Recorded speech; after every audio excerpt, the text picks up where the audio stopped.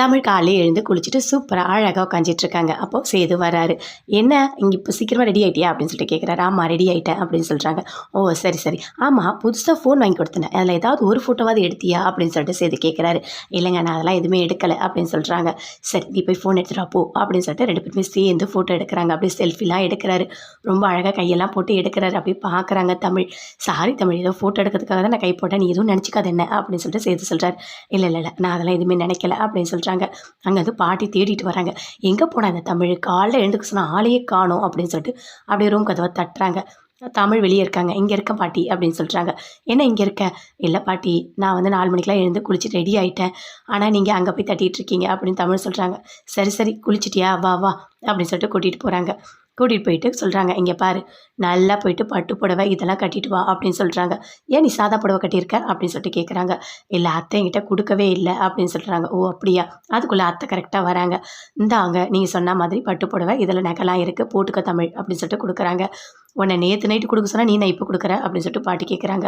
அதுக்கு சேதுவோட அம்மா சொல்கிறாங்க, இல்லை நைட்டு எடுத்து வச்சேன் அப்படி தூங்கிட்ட மறந்து அப்படின்னு சொல்கிறாங்க. சரி சரி போய் எல்லாத்தையும் போட்டு கட்டிட்டு வா போ அப்படின்னு சொல்லிட்டு ரொம்ப நேரம் ஆகுது, பொழுதே வெடிஞ்சிடுச்சு, இன்னும் வரவே இல்லை வெளியே. என்ன பொழுதே வெடிஞ்சிச்சு இன்னுமா புடவை கட்டுறா அப்படின்னு சொல்லிட்டு பாட்டி கேட்குறாங்க.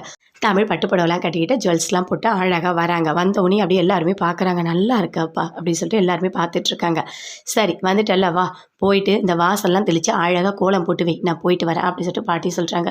இந்த வாசலா? ஆமாம் ஆமாம். நகையெல்லாம் கட்டிட்டு அதுக்கப்புறம் வேலை செய்யட்டுமா அப்படின்னு சொல்லிட்டு தமிழ் கேட்குறாங்க. என்னது நகையை கட்டிட்டு வேலை செய்ய போறியா?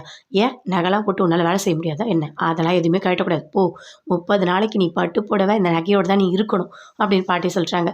சரின்னு சொல்லிட்டு பெருக்கிறதுக்கு எல்லாமே நல்லா ரெடி பண்ணி பெருக்கிறாங்க. நீங்கள் போயிட்டு ஒரு ஸ்கேலு ஜாமெட்ரி பாக்ஸ் எல்லாத்தையும் கொண்டு வாங்க அப்படின்னு சொல்லிட்டு கூட இருக்கவங்ககிட்ட சொல்கிறாங்க. ஏன் அதெல்லாம் கேட்குற தமிழ், நீங்கள் போங்க போய் எடுத்துகிட்டு வாங்க போங்க அப்படின்னு தமிழ் சொல்கிறாங்க. போயிட்டு எடுத்துகிட்டு வராங்க. அப்படியே ஸ்கேல்லாம் வச்சு கோலத்தெல்லாம் போடுறாங்க.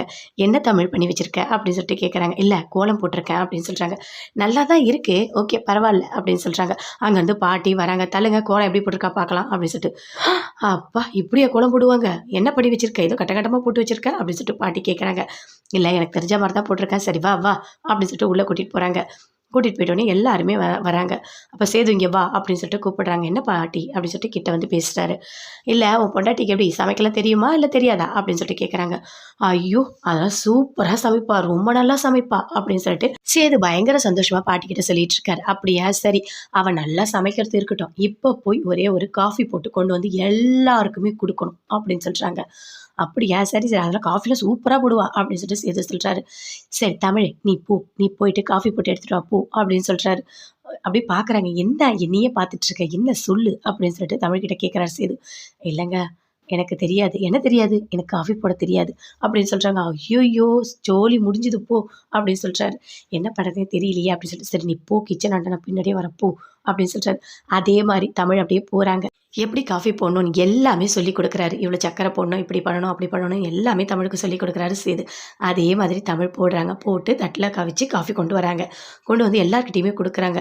அதை குடிச்ச உடனே பாட்டி நல்லா தான் போடுறா அப்படின்னு சொல்லிட்டு